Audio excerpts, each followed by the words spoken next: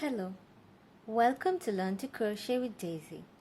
In today's lesson, we will learn how to make the HDC increase and decrease.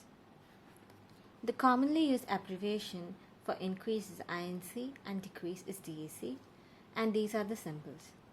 There are two HDCs that are joined together at the bottom for increase and at the top for decrease. Let's get started with the increase first. Like the SC, the increase for half double crochet is similar. We just have to make multiple stitches in the same place. I will show you a couple of times before going on to the decrease. I have here with me 7 HDCs. Make one HDC like you normally would.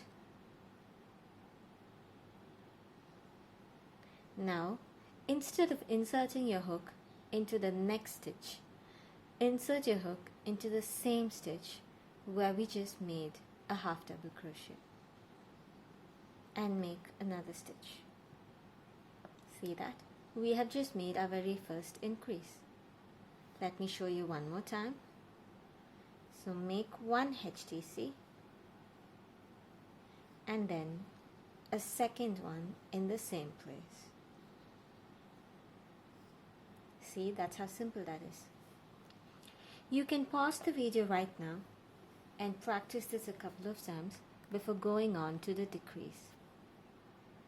The decrease is nothing but making one stitch out of multiple stitches. I will be working the decrease over these two stitches. Yarn over, insert your hook into the next stitch, yarn over, pull up a loop. Do not complete the stitch. Yarn over, insert your hook into the next stitch, yarn over and pull up a loop. You should have 5 loops on your hook. Yarn over and draw through all 5 loops. At first this will be tricky, but as you practice you'll get it. See that? So that is our very first half double crochet decrease. Let me show you one more time.